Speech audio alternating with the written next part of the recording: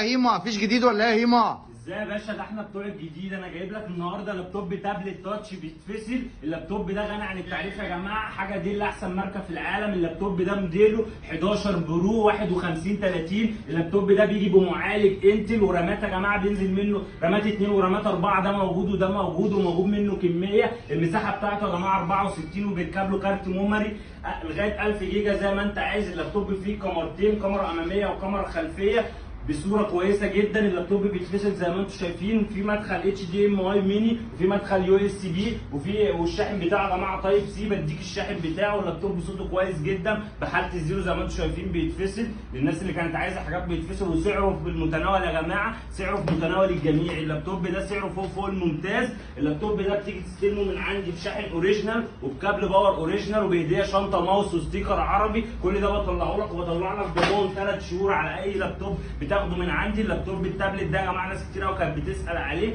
حاله بسم الله ما شاء الله زي ما انتم شايفين، حالات كلها زيرو. قدامكم اهيت موجود منه كميه.